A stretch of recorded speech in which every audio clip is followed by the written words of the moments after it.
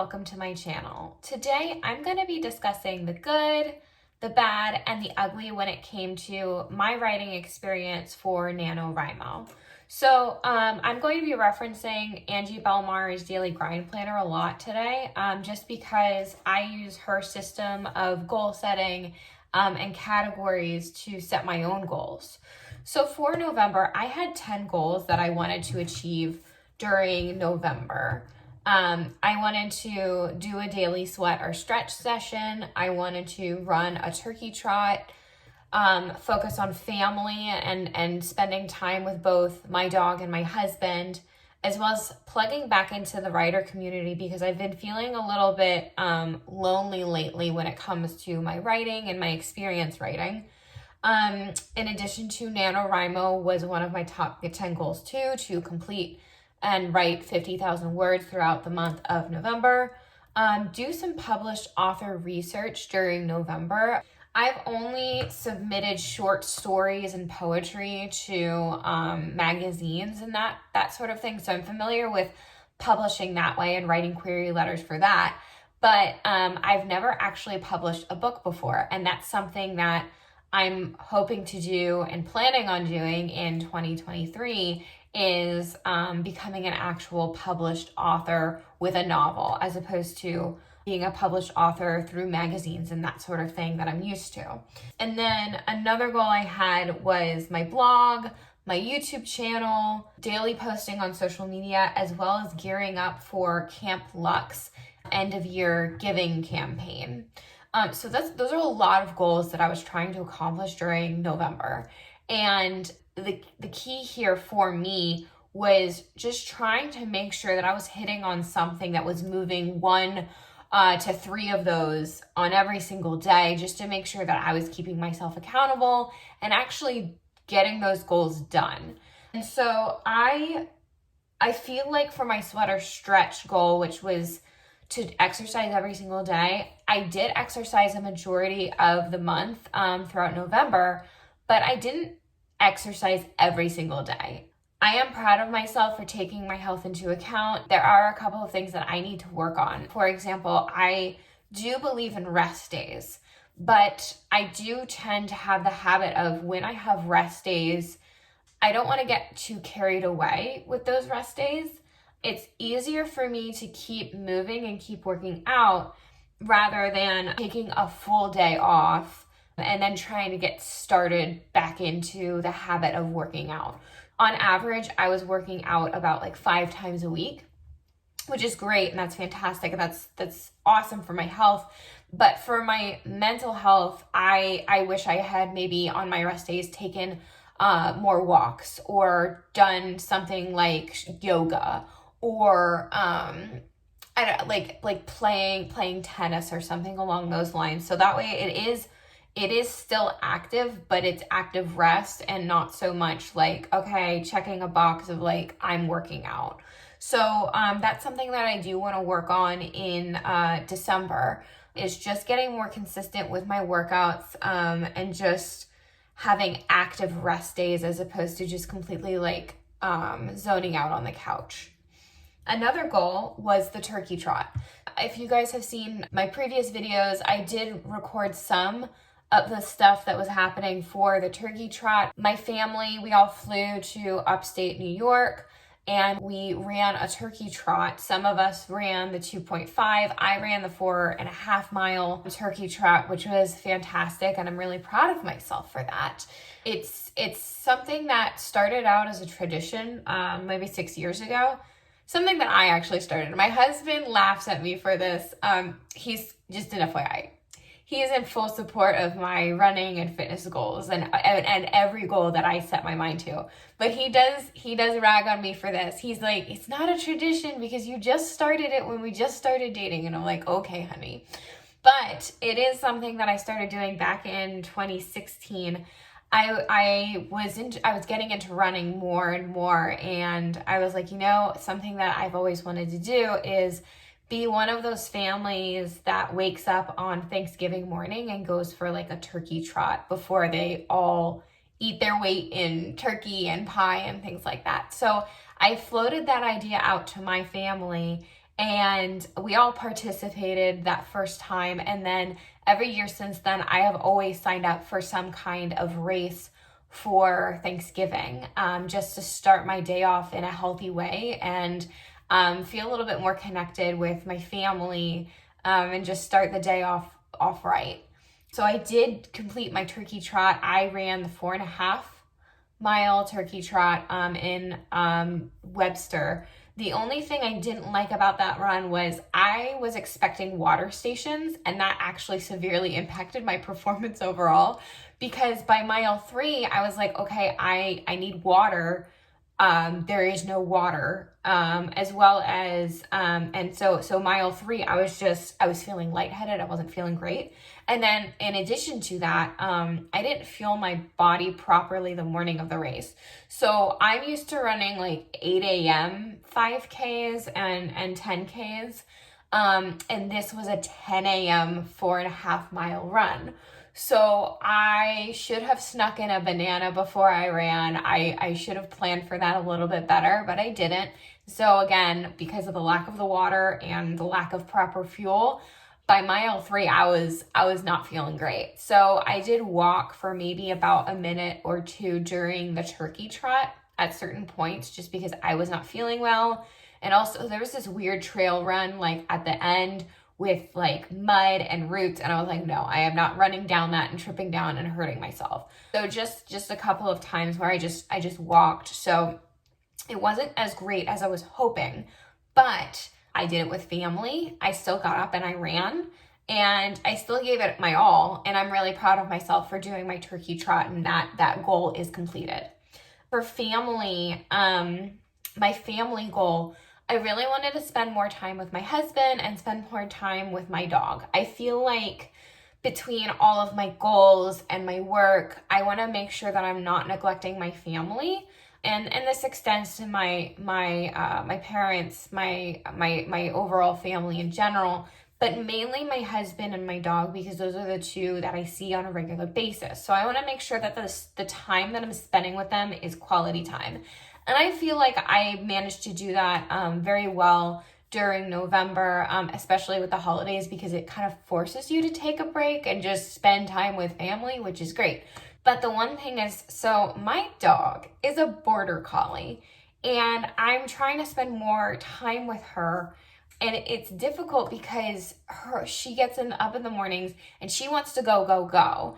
And so in December, something I want to work on is trying to tie her out early in the day. I do play with her a bit in the mornings, but I usually wait until the end of the day to go for a run, and I usually take her on those runs with me. And it's something that I feel like I should be better about in the mornings, is making sure that I'm playing with her and spending time with her.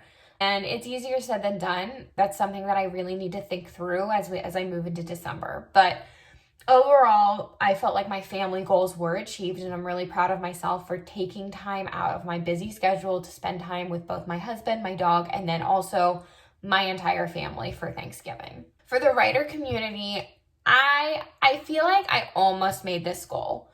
I didn't show up to my weekly writings like I kind of wanted to in my head, and part of that is the writing meetup place where we go to, the coffee shop, is like a 30-minute drive away. And so if I drive 30 minutes there, I spend about an hour, and then it's 30 minutes back. That's 2 hours on one of my work nights that I'm out of the house and going and being with fellow writers, which is great. But I have it in my mind where it's like, if it takes like 30 minutes to get there and 30 minutes back, that's an hour that I could have been writing instead. And so that was my justification during November, during NaNoWriMo, when I was trying to get in all of my word counts. So that's something that I do kind of want to think about more. I feel like I almost reached that goal because I did show up to a couple of those, but I kind of fell off the bandwagon towards the end. Not only was I dealing with Thanksgiving, but also like that battle in my mind of, well, if I'm driving for an hour, couldn't I just be writing instead? While yes, the goal of your writers community is to hold you accountable and write with other people that are also writing. Like, yes, the goal of those writers meetings is to meet up with people that also enjoy writing and also want to either do NaNoWriMo or they have some other writing goal that they're working on. The problem comes when it's like, it takes an hour round trip just to get there and come back.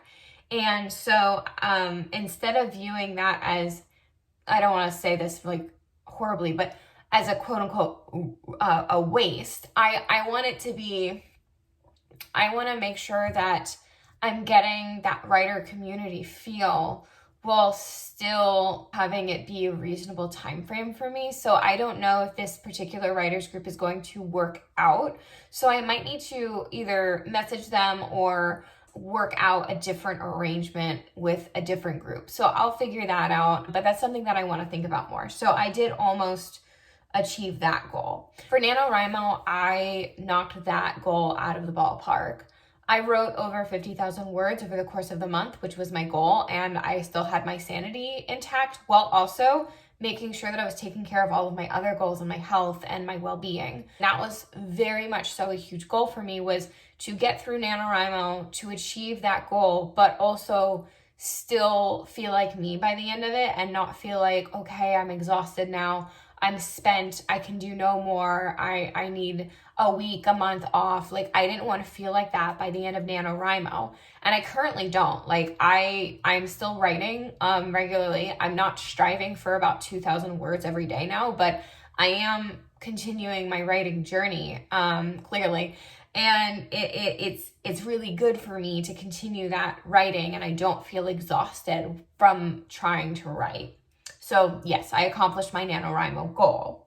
For my published author goal of just doing research and figuring out different approaches and watching different YouTube channels on how other people have become published authors, I'm currently debating whether or not I want to become a self-published author, or if I want to go the old-fashioned route of having a publishing company take my work and publish it for me. So I'm still debating that. There are pros and cons to both. You can check out like a bunch of different channels about that kind of stuff. So I put that goal as like almost finished. It's something that I'm still thinking about and considering and going back and forth on.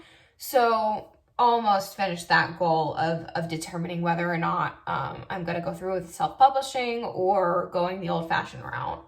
For my blog, okay, so I have been posting consistently. I posted consistently on my blog during October, and I kind of knew, even writing down this goal in November, that I probably wasn't going to be able to touch on my blog like at all. And so that goal was completely just tossed aside, because every time I picked up my laptop to write, I was trying to write for NaNoWriMo. And so by the end of the night, when I normally write my blog posts, I was just kind of tired and creatively exhausted. And so I needed to replenish my creativity and not draw from it anymore. So my blog definitely took a back seat throughout November. And I knew that going into it. I still wrote it down as a goal, as one of my top 10 goals, because my blog is very much so important to me. I'm picking that back up in December. I'm gonna write more consistently and make sure that I'm on track for that goal for December. But it fell off the bandwagon during NaNoWriMo. My next goal was my YouTube channel. I had a goal to post nearly every day during NaNoWriMo. I kind of decided that on a whim, like 2 days before November, and I was like, I have been posting consistently in October.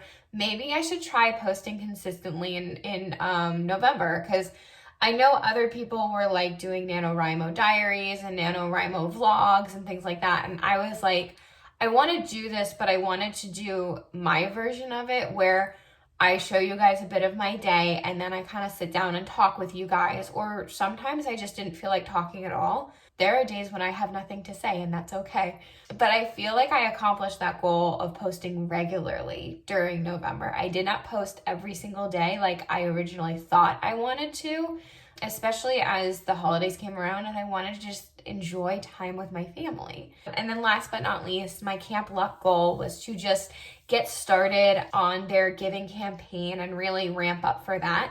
And so I accomplished that goal. I'm still in the process of working on Camp Luck stuff. It's something that I'm going to carry through into December as one of my top 10 goals. Angie Belmar makes you rate your month on a scale of 1 to 10. And usually I just tally up like the goals that I actually accomplished / almost accomplished. And those can count as like half goals.